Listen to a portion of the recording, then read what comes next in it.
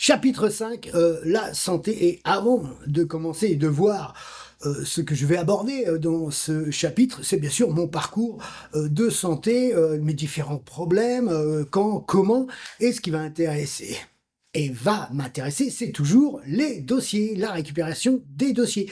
Et la manipulation mentale, hein, qui est la base de tout pouvoir politique et religieux, c'est la manipulation mentale, l'endoctrinement, le mensonge en bande organisée. Et on parle de doctrine quand on parle de religion, hein, et c'est un diplôme de santé de travailler sur, je dirais, la manipulation mentale, hein, puisque nous avons aussi la psychiatrie qui est basée essentiellement sur Freud, hein, parce qu'il faut cacher la vérité. Hein, ils vont pas rappeler que la mythomanie était une maladie au début du XXe siècle. C'est-à-dire toutes les personnes qui mentaient sans arrêt étaient considérées comme des mythomanes, et donc ils avaient un trouble mental puisqu'ils ne savaient pas dire la vérité. Et c'est ce qu'on retrouve dans nos sociétés, c'est ce qu'on retrouve avec l'ensemble de ces politicards, de ces hauts fonctionnaires, de toute cette criminalité de la technocratie, du fonctionnariat. Alors ce que la médecine nous cache, c'est leur propre serment universitaire d'Hippocrate. Ils nous disent pas, ils ne mettent pas en avant que ça fait référence au Dieu, donc à la religion. Parce que les Grecs, les Romains croyaient à des dieux différents de la chrétienté des Juifs, hein, parce que les Juifs, c'est plutôt la religion africaine liée à l'Égypte, qui était liée aux Sumériens, hein, donc voilà, mais c'est toujours un pouvoir, la religion. Donc ça, c'est clair. Manipuler ceux qui n'avaient pas la connaissance et les savoirs. Hein. Et c'est pour ça que d'ailleurs, ils ont tué Aristote, ils ont tué Socrate, que Socrate, la philosophie de Socrate a été racontée par Platon, son disciple. Voilà, donc on reste sur cette même omerta, censure. Donc, pourquoi? Parce qu'il nous parle toujours du secret médical, mais le secret déjà médical, il appartient au patient, il appartient pas au médecin. Et que le médecin, si en fin de compte, ça va nuire à telle ou telle personne en fonction, pareil, avec les accidents, avec les personnes qui prennent des psychotropes, ah, on va nous dire secret médical, mais il n'y a pas de secret. Là, nous parlons de vie humaine. Donc c'est comme avec les religions et le confessionnal. Quand des curés vont se dire oui, bah oui, j'ai abusé d'enfants, je suis pédophile, ils doivent dénoncer, ce qui est normal. Quand ils doivent entendre des crimes, ils vont se confier sur des criminels, dire ah, excusez-moi, ils doivent le dénoncer, c'est normal. Eh ben, par contre, quand ça concerne le médical, faut pas parler du cadre religieux qui existait d'antan dans ce propre serment, voilà, et il faut pas dénoncer que derrière, ça peut causer des crimes. Voilà, on cache la criminalité et on utilise la psychiatrie pour des pseudo-criminels, puisque dans ce cas-là, tous les croyants, tous ceux qui sont croyants sont des psychopathes, puisqu'ils parlent à une personne qui est imaginaire. Voilà. Scientifiquement, le Dieu n'a jamais été reconnu, prouvé scientifiquement. Non, ça n'existe pas. Il y a eu 1001 dieux sur Terre.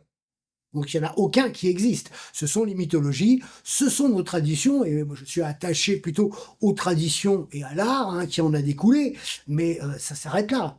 Le reste, l'état politique de la papauté, c'est une dictature. Il n'y a pas de démocratie. Les États islamistes, ce sont des dictatures. Ils tuent des musulmans en toute impunité.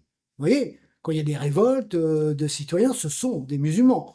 Mais les musulmans ont le droit de tuer des musulmans. Vous voyez ce que je veux dire? Et là, on ne dit pas ça à la presse. On ne dit pas ça dans les médias. Vous voyez? Parce qu'il faut dire que ça sert la politique gauchiste qui utilise l'islamisme gauchiste à des fins électorales. Mais ça va à l'encontre des droits des musulmans qui pratiquent leur religion en paix. L'islamisme, c'est pas la paix, c'est la dictature, c'est le pouvoir. Donc, par rapport au serment d'Hippocrate et cette hypocrisie sur le silence, hein, qu'on retrouve aussi sur le secret, pas le silence, mais le secret, qu'on le retrouve aussi avec ses avocats, avec, je dirais, les parquets, les magistrats, le pseudo-secret. Mais quand ça nuit et quand ça condamne des innocents, il n'y a pas de secret. C'est la criminalité organisée. Voilà, c'est ça qu'il faut dire. Donc, Là, il va y avoir plus de travail sur le schéma temporel pour bien sectionner donc l'hypocrisie, le mensonge du médecin traitant.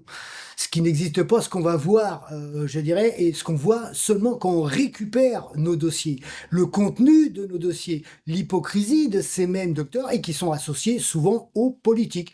Il y a toujours les passionnés de l'enseignement et bien sûr de la médecine, hein. Il y a beaucoup de médecins qui sont corrects, qui font leur travail, qui ne font pas de politique. Vous voyez? Et tous ceux qui ont des intérêts financiers comme tout ce qu'on a vu avec le Covid-19, les pseudo-conseils médicaux ou je ne sais plus quel nom ils se donnaient, toute cette criminalité de racailles et de vermine qui voulait fusiller les non-vaccinés. Alors, avec un vaccin qui était toujours expérimental avec, je dirais, la corruption de l'agence de santé américaine, parce qu'il ne faut pas en parler. Le vol du brevet Moderna par le laboratoire et la corruption des laboratoires avec le couple von der Leyen et Pfizer. Les contrats cachés. On nous cache les choses, soi-disant, c'est secret. Mais attendez, il n'y a rien de secret. S'il y a du secret, c'est que c'est de la criminalité, c'est des arrangements, c'est de l'escroquerie d'argent public. Donc, c'est par rapport à ça qu'on va aborder, puisque nous retrouvons, je dirais, la médecine dans l'alcool, hein, bien sûr, le taux, le cannabis aussi, mais là, c'est pareil, il y a une hypocrisie énorme là-dessus, hein, bien sûr, et bien sûr, la psychiatrie et la parallèle du dossier quand je vais rentrer sur le harcèlement avec le côté émotionnel. Voilà, donc on va voir ça défiler. Il y aura les parallèles, bien sûr, avec certains dossiers ou certaines condamnations. Pour appuyer et soutenir ce que je viens de dire, donc nous sommes ici à l'Ordre des médecins, conseil départemental d'Ille-et-Vilaine. Ici, vous avez en photo le serment d'Hippocrate original. Voilà, et donc, qu'est-ce qu'on voit d'entrée? Je jure par Apollo. Donc nous sommes bien dans un cadre religieux des doctrines, de l'endoctrinement du secret. Donc ça, c'est aussi une réalité. Donc là, nous avons encore une version du serment d'Hippocrate, là, lié par Larousse, dictionnaire, et on retrouve exactement ce que j'ai dit, hein. Hippocrate fut le premier à prôner l'examen clinique et l'établissement du diagnostic à partir de l'observation objective du malade. Donc, comme nous savons nous soigner, médecine douce, tout ça, il y a d'autres aussi méthodes de soins utilisées. Voilà, donc le premier médecin qui va parler, exposer l'examen clinique, c'est le patient, au vu du serment d'Hippocrate dans l'esprit de la médecine.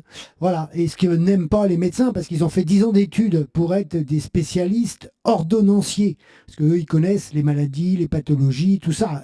Là-dessus, il y a pas d'anicroche, d'accord, mais c'est quand même nous, avant tout, qui connaissons nos corps, nos faiblesses en fonction des affections ou des problèmes que l'on a. Ce sont nous qui apportons nos dossiers et nos pathologies. Nous sommes notre propre médecin. Et ce qui n'appréciait pas du tout ma seconde médecin. Donc là, nous avons une autre version du serment d'Hippocrate, hein, que les universitaires font. Je ne tromperai jamais leur confiance et je n'exploiterai pas le pouvoir hérité des circonstances pour forcer les consciences. C'est un petit peu tout à fait faux. Hein, je ne me laisserai pas influencer par la soif du gain ou la recherche de la gloire, ce qui est aussi tout à fait faux avec toutes ces racailles et ces vermines qui voulaient exterminer ou mettre à l'écart tous les citoyens qui refusaient le vaccin expérimental du Covid-19. Hein. Et nous retrouvons bien sûr le même côté religieux. Je tairai les secrets qui me seront confiés. Donc on parle de confession. Voilà. Donc c'est vraiment, je dirais, quelque chose de religieux, le secret médical. Ça n'a rien à voir avec, je dirais, l'éthique ou le danger de la vie d'autrui. Hein, comme les religions, avec le confessionnal, c'est exactement pareil. Si ça nuit aux citoyens, comme les psychotropes.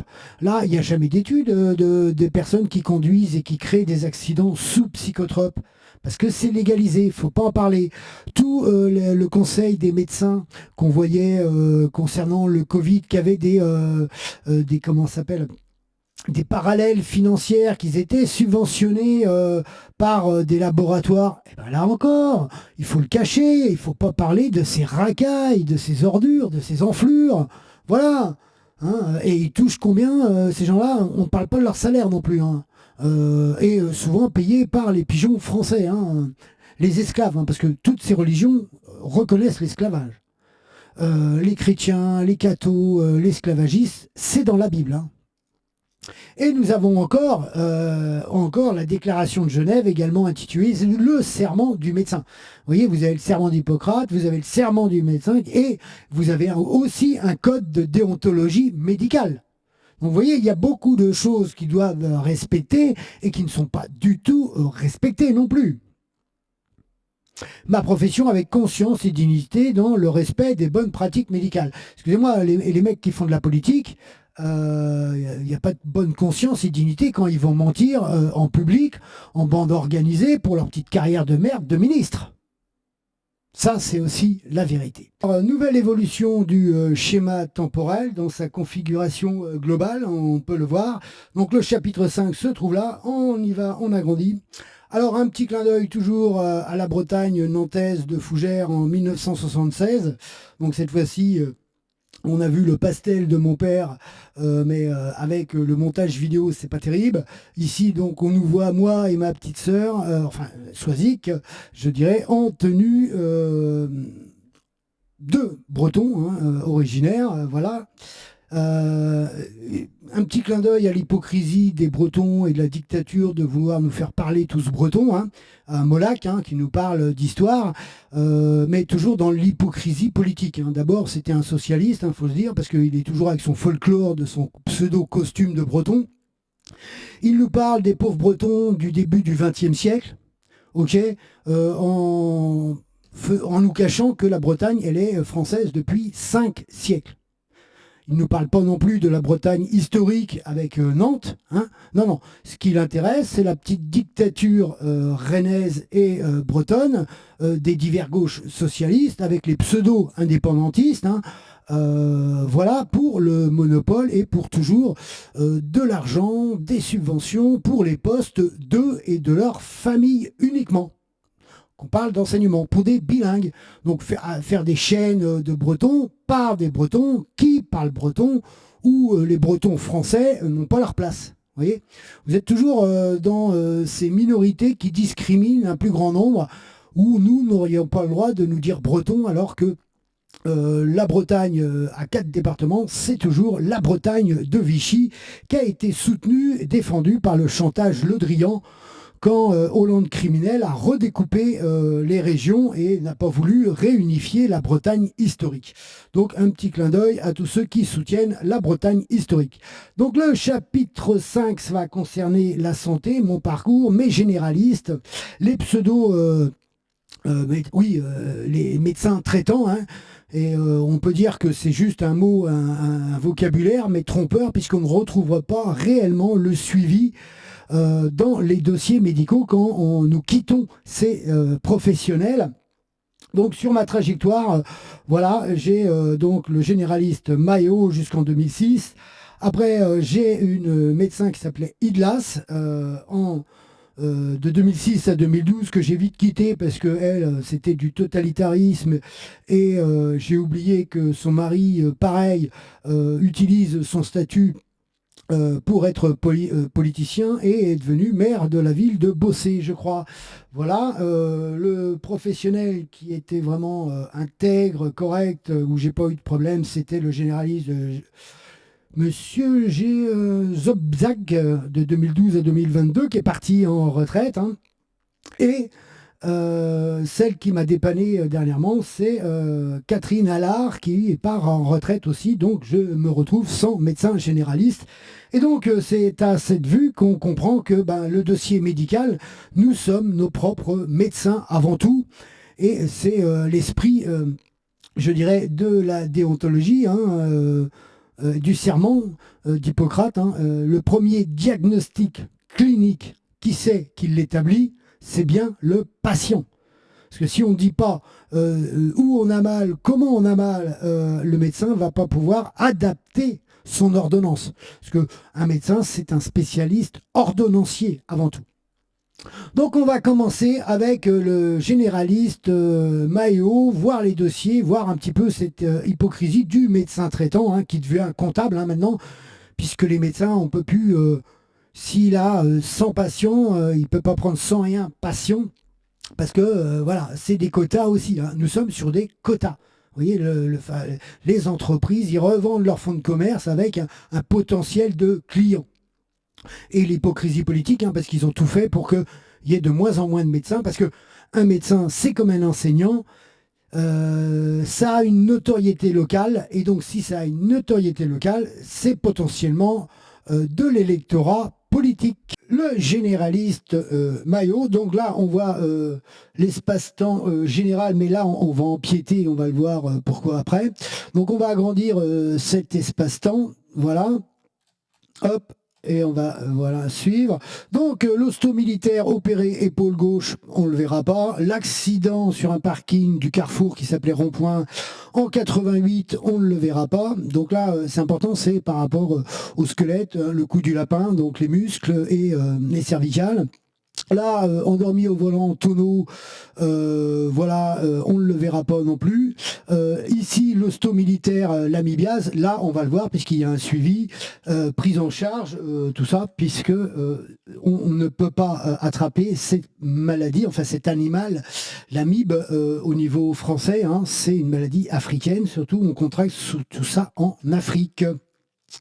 Alors ici, après la séparation avec la mère de mon fils, donc là nous sommes en 98 en gros, donc j'ai essayé les médocs, comment ça s'appelle, les somnifères pour dormir, pas de psychotropes, les antidépresseurs, tout ça, c'est des molécules qui jouent sur les neurotransmetteurs, c'est pas très bon, donc je préférais donc les somnifères, même en quart de somnifères.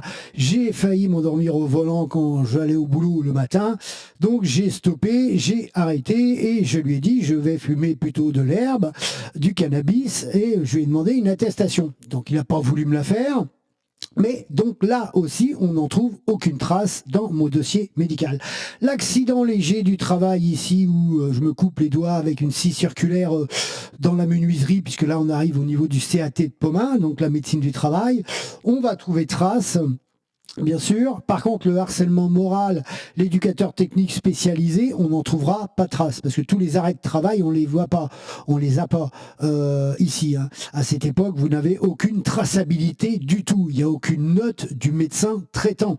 Vous voyez, réel. Ici, vous avez réellement, je dirais, un travail de suivi de la médecine du travail, puisqu'elle a bien enquêté sans preuve, elle, en un an et demi, même pas, elle peut dire oui, il subit du harcèlement du moral. Ce qui met minable et médiocre toute cette pseudo-justice, alors que ce soit la commissaire, les brigadiers, les magistrats, les professionnels, soi-disant de la finance, tous ces pseudo-personnes morales qui, au bout de 5 ans, ne reconnaissent pas qu'ils harcèlent les gens. Vous voyez la débilité, nous sommes avec vraiment des mange-merdes, c'est clair. Là, en un an et demi, il est professionnel, harcèlement moral, pendant des années, voilà, pour l'enrichissement de ces crevards, de notaires, d'avocats, d'huissiers, ils reconnaissent rien en bande organisée, quoi. Là, ça les met, mais ridicule, plus bactère. On surpaye ces personnes à harceler pour maintenir leur dictature. Tous contraints. Vous voyez, cet esprit nazi de l'idéologie de la race supérieure des intouchables. Alors, le premier acte qui m'a fait douter de la sincérité et de l'objectivité de ce médecin traitant, c'est avec une relation que j'ai eue avec Kiki, elle s'appelait, voilà, hommage à Kiki qui est décédé suite à son VIH il y a à peu près une dizaine d'années. Donc là, j'étais encore en HLM. Voilà. Donc, bien sûr, je faisais des examens sanguins pour voir si je n'avais pas contracté aussi le VIH en plus de mes autres tests. Voilà.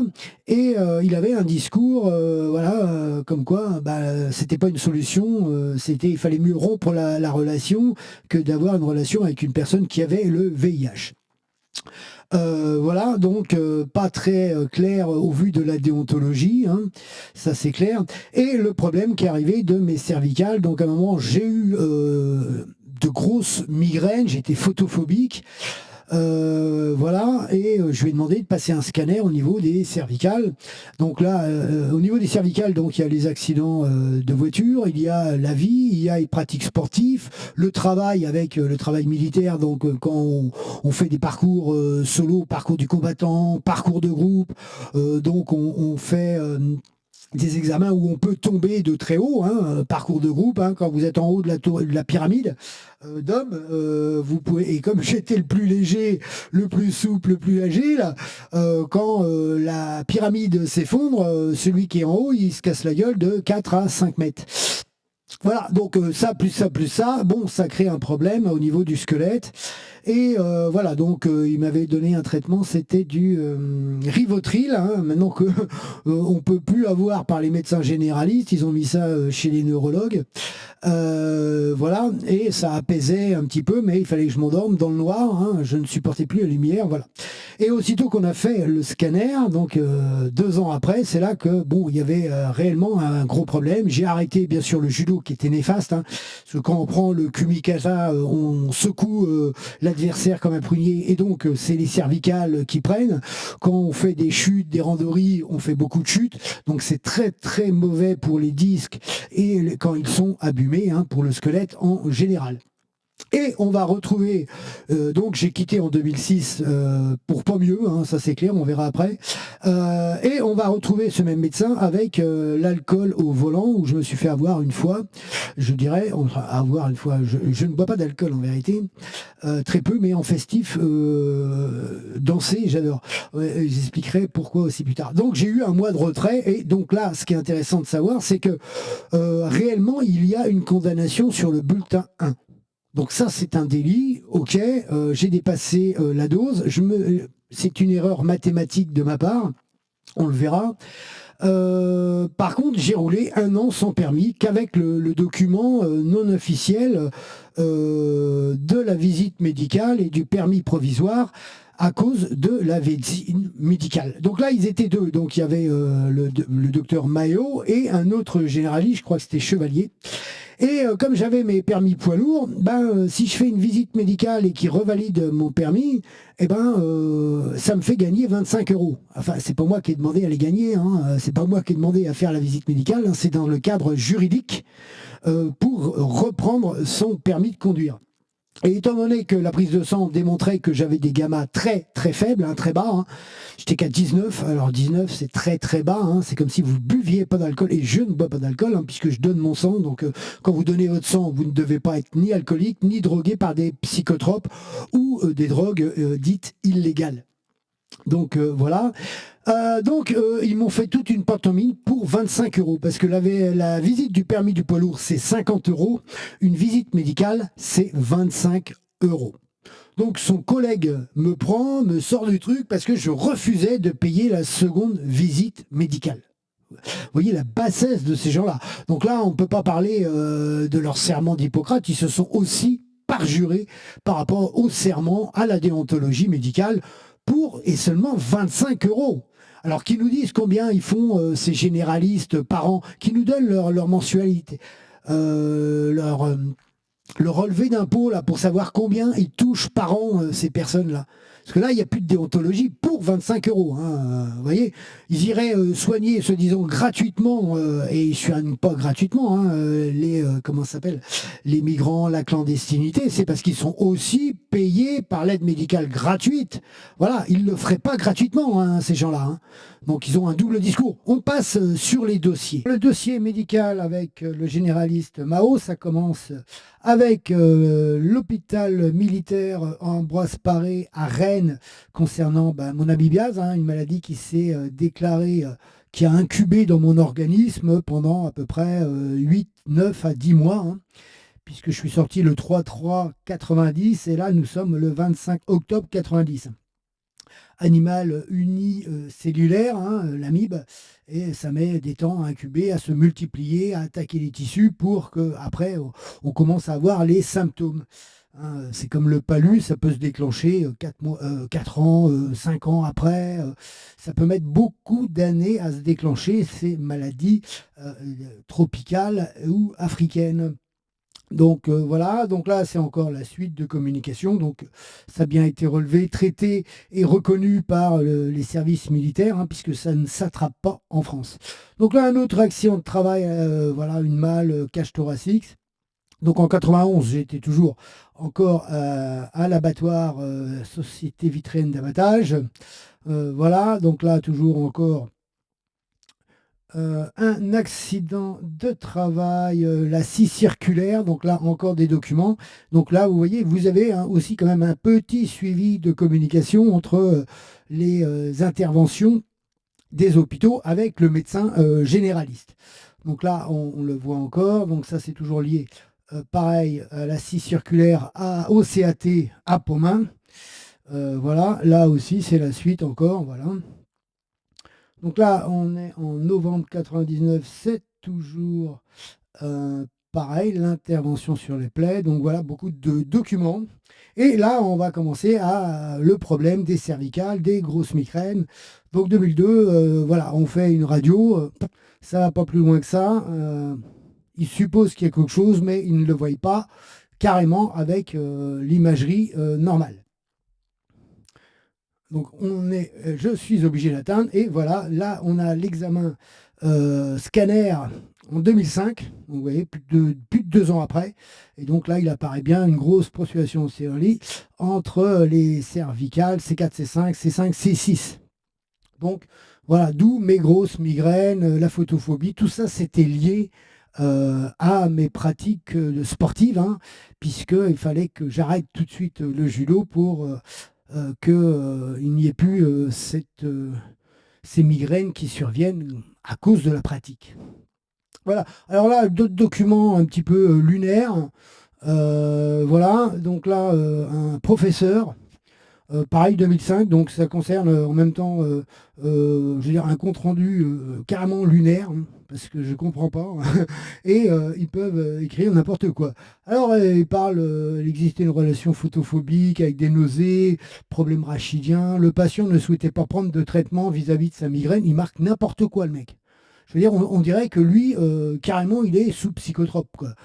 C'est hallucinant de voir ça, hein, puisque je prenais du Rivotril à cause de ces migraines et à cause de la photophobie. Donc ils ont le droit, par contre, eux, de raconter n'importe quelle connerie derrière dans nos dossiers médicaux, quoi. Parce que là, on se dit, il ne sait pas se servir d'un ordinateur. Qu'est-ce qu'il écrit là-dedans? C'est du lunaire. Et là, pareil, donc, pareil, toujours, là, on était en 2004, donc j'ai passé un IRM pour savoir s'il n'y avait pas un autre problème. Et là, il parle de l'hyperactivité et une consommation de hashish. 1 à 2 cigarettes le soir. Donc là, il a complètement faussé ce que je lui ai dit par rapport à la consommation qui était liée à la séparation. Et là, il met comme si, au quotidien, tout le temps, je fumais du hashish. Donc là, on se dit quand même, mais ça, vous ne le voyez pas. Et mon docteur m'en a jamais parlé. Il faut retirer le dossier médical pour s'apercevoir des conneries qu'ils écrivent à l'intérieur en communiquant entre eux. Voilà, ça c'était en 2004. Hein, donc moi, mon fils, donc j'ai dû finir mon traitement, c'était 2001, quelque chose comme ça. Donc là, on est en 2004. Voilà. Donc on se dit, c'est quand même assez hallucinant. Donc ça s'arrête là. Bon, il y avait quelques examens aussi, mais on voit bien qu'il n'y a pas toutes les pathologies, les accidents, les choses comme ça. Il n'y a rien dans le dossier. Concernant le harcèlement moral, les troubles squeletto-musculaires, c'est pareil, on ne voit rien. Et ce qu'on va retrouver plutôt ici dans la médecine du travail. Bon, là, il y a un peu plus. Donc là, c'est les documents pour la demande de dossier, hein. Ça, c'est le protocole fait avec le CAT de l'ADAPT, où ils reconnaissent, hein, je dirais, le harcèlement en bande organisée, on va dire aussi, parce que c'est souvent ça, hein, c'est souvent à plusieurs. Voilà, donc là, c'était la médecine du travail pour récupérer le dossier, la communication. Voilà, autorisation de transmission du dossier. Donc, vous voyez, nous sommes en décembre 2011. Vous voyez, c'est bien, bien après. Voilà. Donc, ça, c'était un truc du bilan de compétences réalisé aussi pendant, quand j'étais au CAT de l'ADAPT. Hein. On a survolé certains trucs dans les premières vidéos d'ouverture du témoignage général, on va dire. Voilà. Donc ça, on s'en fout un petit peu. Là, c'était pareil, Cotorep, donc c'était le suivi. Donc voilà, des informations concernant voilà, l'ADAPT, les employeurs, les documents. On va arriver, les services intermédiaires. Là, voilà, la médecine du travail. On est à proprement dit sur le dossier. Voilà, donc tous les trucs, voilà, médecine du travail, les arrêts de travail ou les inaptitudes. Voilà, les antécédents de l'accident de travail, voilà. Donc il y a quand même beaucoup plus d'informations et de suivi ici, et on va le voir encore, certificat accident du travail, voilà. Donc ça c'est le premier avec les dents. Voilà, donc là c'est les petites notes qui sont intéressantes. Hein. Voilà, la procédure disciplinaire quand ils ont voulu me virer pour faute lourde, alors en préméditation suite au harcèlement. Hein. Ils voulaient se débarrasser, je dirais, de ma personne, hein, puisque l'éducateur technique partait, donc il y aurait moins de production, donc la menuiserie était plus rentable. On utilise toutes les subventions de la personne handicapée, et puis après, quand on n'a plus besoin, on le jette, voilà. Hein. Donc ils se sont fait du fric facilement, comme ça, sur pas mal de personnes handicapées. Donc là, voilà, c'est ça qui est plus intéressant, c'est le contenu là. Vous voyez, à chaque fois qu'on passe des visites, et là, il y avait vraiment un suivi très intéressant. Voilà, et les notes, voilà. Hein, et bien sûr, là, nous sommes le 17 décembre 2002, donc bien avant comment ça s'appelle, la procédure disciplinaire pour me virer pour faute lourde, un harcèlement moral de la part d'un éducateur qui est fait. Donc elle l'a déjà constaté, voilà, en fin 2002, hein, et ça s'est passé en début 2003, le licenciement. Donc là, les antécédents, lombalgie, problèmes squeletto-musculaires aussi. Donc voilà. Donc là, il y a quand même beaucoup plus d'informations, de suivi, hein, sur seulement 3 années. Hein, voilà. Et donc on voit qu'il y a beaucoup d'accidents de travail, hein, qui ne sont pas relatés, qu'on doit garder bien sûr dans le dossier. Ce n'est pas les docteurs généralistes qu'on voit à l'occasion qui vont avoir connaissance de tout ça. Donc on doit bien avoir un suivi réel, potentiel de tous nos antécédents pour bien les exposer et exposer les pathologies ou les problèmes qu'on a à décrire au moment où on rencontre tel ou tel généraliste. Voilà. Donc là, le permis avec la sous-préfecture de Fougères, donc la communication avec, la première communication avec le premier sous-préfet qui est Guy Gauthier, parce qu'ils ont failli démanteler la sous-préfecture de Fougères, hein, quand le sarco-criminel est devenu président. Enfin, euro-président. Hein. Voilà, donc la sous-préfecture de Fougères a été en suspens. Et donc ce magistrat, Guy Gauthier, c'est un ancien magistrat rennais. Enfin, ce sous-préfet, voilà. Et c'est lui qui a créé la sous-préfecture de Fougères-Vitré. Donc redécoupage territorial. Mais c'est surtout un ancien magistrat. C'est important pour le reste. Et la suite que l'on verra. Donc là, voilà, document du dossier, hop, et de communication, puisque j'ai communiqué avec la sous-préfecture liée à ce problème-là. Donc, c'était pas Chevalier, je m'étais planté, c'était Bertrand. Donc, c'était le docteur généraliste Bertrand et Maéo. Donc, celui qui vous sort comme un malpropre, c'est Bertrand. Voilà, donc la déontologie, le serment d'Hippocrate, ce généraliste, c'est rien à foutre pour 25 €. Donc voilà, j'ai exposé le problème. Hein, voilà.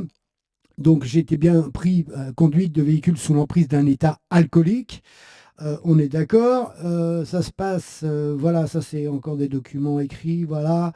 On s'en fout. Là, pareil avec. Donc là, c'est une composition pénale, hein, qu'on va voir. Obligé de faire un stage, payé, voilà, 250 €, c'est fait. Ce qui est intéressant, c'est ici, voilà. Donc c'est bien la date de mon anniversaire, hein, le 15-11-2009. Alcoolémie 0,94. Donc c'est pas très haut, hein, puisque à l'époque c'était 0,8.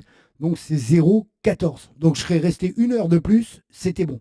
Mais comme il y avait des problèmes avec Sandrine, voilà, j'ai pas exposé le problème, mais c'est exactement ça. J'ai été contrôlé parce que, je dirais, cette amie était un peu plus torchée que moi, on va dire, et elle me frappait comme frappent les femmes, vous savez, comme ça, dans la voiture. Donc j'ai été obligé de m'arrêter pour sécuriser, je dirais, la conduite. Et c'est là que les gendarmes sont débarqués, puisqu'on sortait de boîte de nuit. Donc voilà. Et par contre, ils m'ont embarqué, bien sûr, pour aller souffler au niveau de la gendarmerie, mais jamais ils ont voulu l'amener avec nous. Parce que c'est interdit. Donc elle était, je dirais, plus ivre que moi, mais ils l'ont laissé.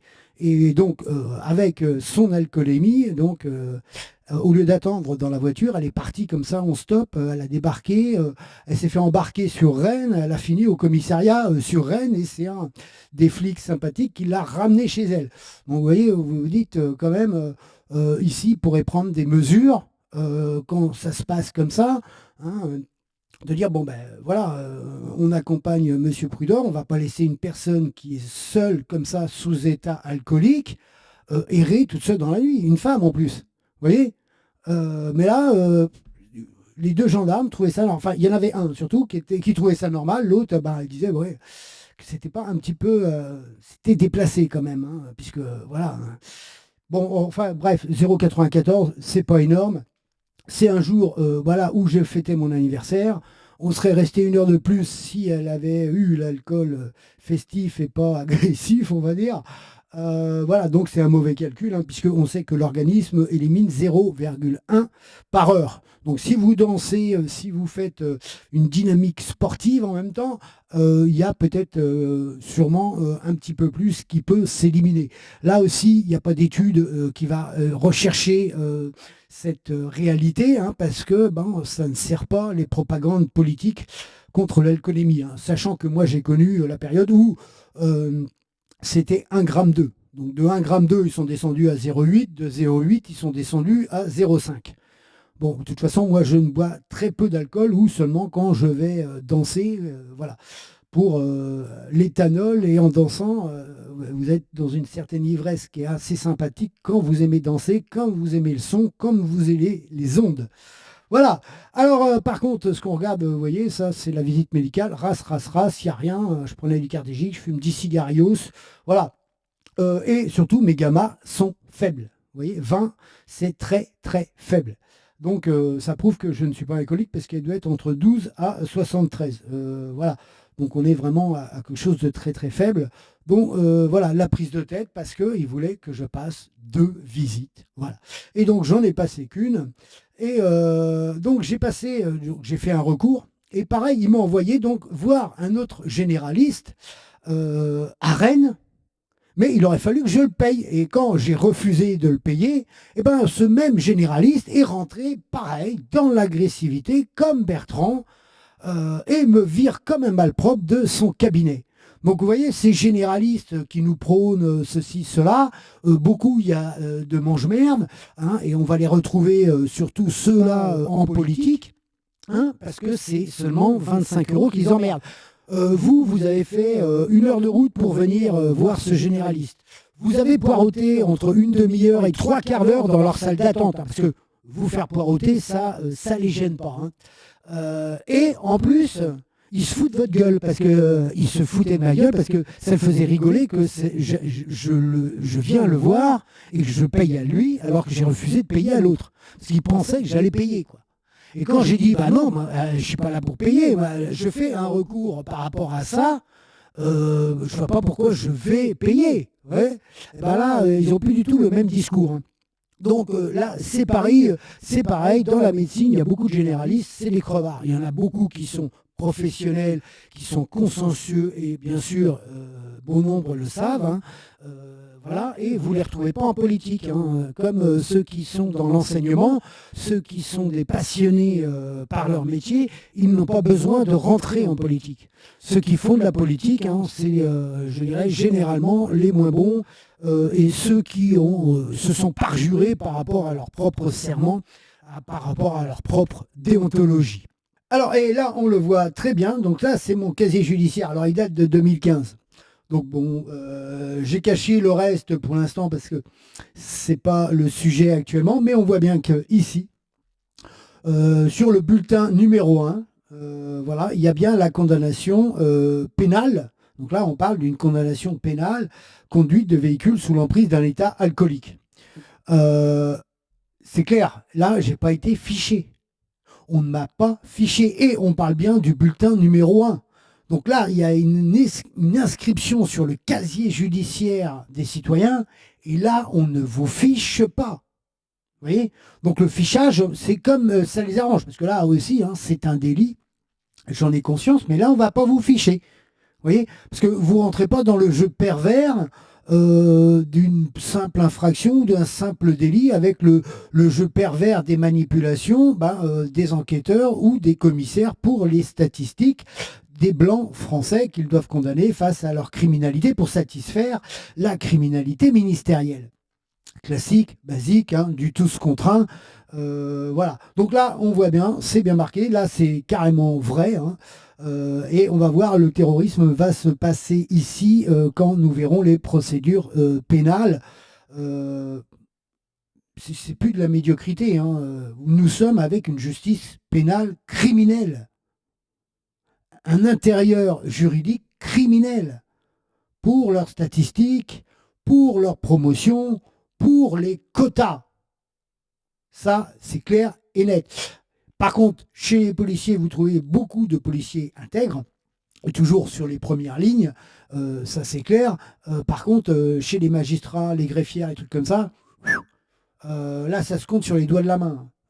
Alors, le premier généraliste, on vient de voir un petit peu la supercherie de la manipulation du vocabulaire en appelant ça un médecin traitant et un suivi réel du médecin traitant, hein, puisque on a pu constater au vu de toutes mes pathologies, tous mes accidents de travail, tous les aspects psychiques, psychologiques qui ne sont pas décrits et qu'on ne retrouve pas du tout, je dirais, dans le dossier médical, hein.